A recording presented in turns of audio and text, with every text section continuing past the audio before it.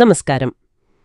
ഇന്ന് നമ്മൾ ഡെങ്കിപ്പനിയെക്കുറിച്ചാണ് കുറച്ചുകൂടി ആഴത്തിൽ സംസാരിക്കാൻ പോകുന്നത്. അതെ. നമ്മുടെ കയ്യിലുള്ള വിവരങ്ങൾ വെച്ച് നോക്കുമ്പോൾ ഇതിന്റെ ലക്ഷണങ്ങൾ, പിന്നെ എന്തൊക്കെ അപകടങ്ങൾ വരാം, ഏറ്റവും പ്രധാനമായിട്ട് നിങ്ങൾക്കിത് വരാതെ നോക്കാൻ അല്ലെങ്കിൽ വന്നാൽ ശ്രദ്ധിക്കാൻ എന്തൊക്കെ ചെയ്യാം എന്നൊക്കെ നമുക്ക് സംസാരിക്കാം. ശരി. ഈ എല്ല് പൊട്ടുന്ന പനി എന്നൊരു പേര് തന്നെ ഉണ്ടതിനല്ലേ? കേൾക്കുമ്പോൾ തന്നെ അറിയാം എന്തോ കാര്യമായിട്ടുള്ള ഒന്നാണെന്ന്. തീർച്ചയായും. ഡെങ്കിപ്പനി എന്ന് പറയുന്നത് ഡെങ്കി വൈറസ് കാരണം വരുന്ന ഒരു അസുഖമാണ്. ഇത് പ്രധാനമായിട്ടും നമ്മൾ ഈ പറയുന്ന ഈഡിസ് ഈജിപ്തി കൊതുകുകളിലെ ഈ വരയൻ കൊതുകുകൾ. അതെ അതെ, ആ കൊതുകുകൾ കടിക്കുന്നത് വഴിയാണ് ഇത് പകരുന്നത്, ഒരാളിൽ നിന്ന് മറ്റൊരാളിലേക്ക്. ഈ ഈഡിസ് കൊതുകുകൾ നമ്മുടെ നാട്ടിൽ എല്ലായിടത്തും ഉണ്ടല്ലോ. അപ്പോ ഒരാൾക്ക് ഈ പനി കിട്ടിയാൽ എന്തൊക്കെയാണ് സാധാരണ കാണുന്ന ലക്ഷണങ്ങൾ? എപ്പോഴാണ് നമ്മൾ ഇത് ഡെങ്കിപ്പനി ആവാൻ സാധ്യതയുണ്ടെന്ന് സംശയിക്കേണ്ടത്? സാധാരണയായിട്ട് ഈ കൊതുക് കടിച്ച ഒരു ഏതാണ്ട് 4 മുതൽ 10 ദിവസത്തിനുള്ളിലാണ് ലക്ഷണങ്ങൾ കാണാറ്. ഓക്കെ. പെട്ടെന്ന് നല്ല കടുത്ത പനി വരും. ചിലപ്പോൾ 104 ഡിഗ്രി ഫാരൻഹീറ്റ് വരെയൊക്കെ പനി പോവാം. അത്രയ്ക്കും? അതെ. അതോടൊപ്പം ഭയങ്കര തലവേദന, പ്രത്യേകിച്ച് കണ്ണിന്റെ പുറകിലെ നെറ്റിയിലൊക്കെ. പിന്നെ ഈ പേശികളിലും സന്ധികളിലുമൊക്കെ സഹിക്കാൻ പറ്റാത്ത വേദനയുണ്ടാകും. അതാണല്ലേ ഈ എല്ല് പൊട്ടുന്നൊക്കെ പറയുന്നത്. അതെ അതെ, ആ ഒരു പ്രയോഗം വരുന്നത് തന്നെ ഈ കഠിനമായ വേദന കാരണം കൊണ്ടാണ്. പിന്നെ ശരീരത്തിൽ ചുവന്ന പാടുകൾ കാണാം, വല്ലാത്തൊരു ക്ഷീണമുണ്ടാകും. ചിലർക്ക് മനംപുരട്ടല്, ഛർദി, വയറുവേദന അങ്ങനെയുള്ള പ്രശ്നങ്ങളും വരാം. വളരെ അപൂർവമായിട്ട് ഈ മൂക്കിൽ നിന്നോ മോണയിൽ നിന്നോ ചെറിയ രീതിയിൽ രക്തം വരുന്നതും കാണാറുണ്ട്. ഈ പറയുന്ന പല ലക്ഷണങ്ങളും, ഇപ്പോൾ തലവേദന, പനി, ക്ഷീണം, ഇതൊക്കെ മറ്റ് സാധാരണ വൈറൽ പനികൾക്കും കാണാറുണ്ടല്ലോ.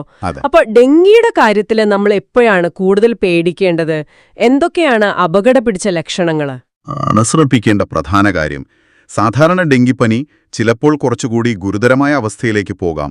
അതിനെയാണ് നമ്മൾ ഡെങ്കി ഹെമറാജിക് ഫീവർ അല്ലെങ്കിൽ ഡെങ്കി ഷോക്ക് സിൻഡ്രോം എന്നൊക്കെ പറയുന്നത്. ഓക്കെ.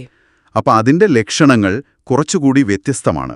അതായത് നിർത്താതെ ഛർദ്ദിക്കുക, കഠിനമായ വയറുവേദന വരിക, പിന്നെ ഈ പറഞ്ഞ പോലെ മൂക്കിൽ നിന്നോ വായിൽ നിന്നോ രക്തം വരുന്നത് കൂടുക, മലത്തിലോ മൂത്രത്തിലോ രക്തത്തിന്റെ അംശം കാണുക, ശ്വാസമുട്ടൽ അനുഭവപ്പെടുക, ശരീരം പെട്ടെന്ന് തണുത്ത് വിയർത്ത് രക്തസമ്മർദ്ദം വല്ലാതെ കുറഞ്ഞുപോകുന്ന ഒരു ഷോക്ക് അവസ്ഥയുണ്ട്. ശരി.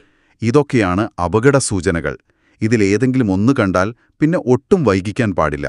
ഉടൻ തന്നെ അടുത്തുള്ള ആശുപത്രിയിലെത്തണം, വൈദ്യസഹായം തേടണം. അപ്പോ ഈ അപകട സൂചനകൾ അറിഞ്ഞിരിക്കുന്നത് വളരെ പ്രധാനപ്പെട്ട കാര്യമാണ്.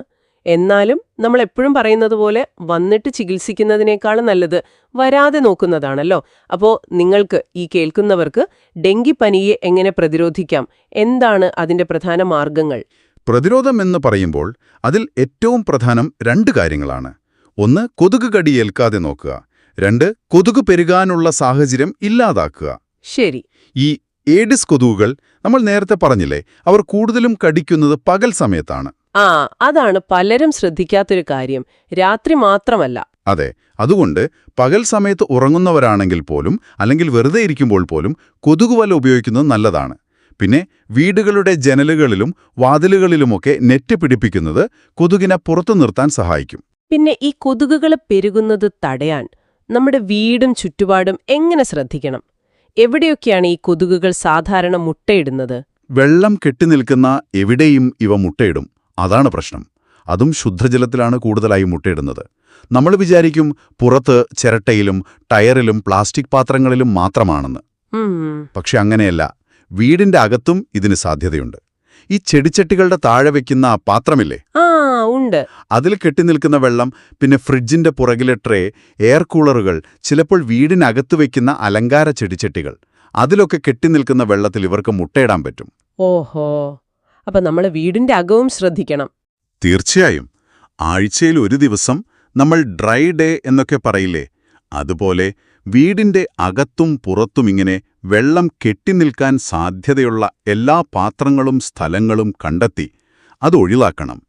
ഒന്നെങ്കിൽ വെള്ളം കളഞ്ഞ് കമഴ്ത്തിവെക്കുകയോ അല്ലെങ്കിൽ ഉരച്ചു കഴുകി വൃത്തിയാക്കുകയോ ചെയ്യണം.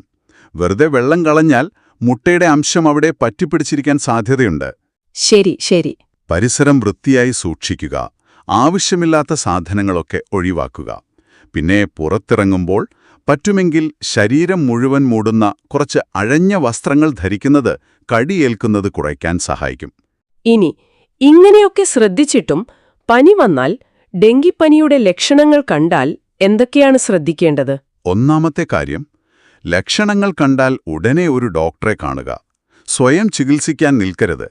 പ്രത്യേകിച്ച് ഈ വേദനാസംഹാരികൾ. അതെ, ചില വേദനസംഹാരികൾ ഡെങ്കിപ്പനിയുള്ളവർക്ക് അപകടമാണ്. അത് ഡോക്ടറുടെ നിർദ്ദേശപ്രകാരം മാത്രമേ കഴിക്കാവൂ. പിന്നെ ധാരാളം വെള്ളം കുടിക്കണം. നിർജ്ജലീകരണം വരാതെ നോക്കണം. ORS ലായനി കിട്ടുമെങ്കിൽ അത്, അല്ലെങ്കിൽ കഞ്ഞിവെള്ളം, ഉപ്പിട്ട നാരങ്ങാവെള്ളം, ഇളനീര്, ഫ്രഷ് ജ്യൂസുകൾ ഇതൊക്കെ ധാരാളമായി കുടിച്ച് ശരീരത്തിൽ വെള്ളത്തിന്റെ അംശം നിലനിർത്തുന്നത് വളരെ പ്രധാനമാണ്. വിശ്രമം ആവശ്യമാണോ? തീർച്ചയായും പൂർണ്ണ വിശ്രമം അത്യാവശ്യമാണ്. പനി മാറിയാലും കുറച്ച് ദിവസം കൂടി ശ്രദ്ധിക്കണം.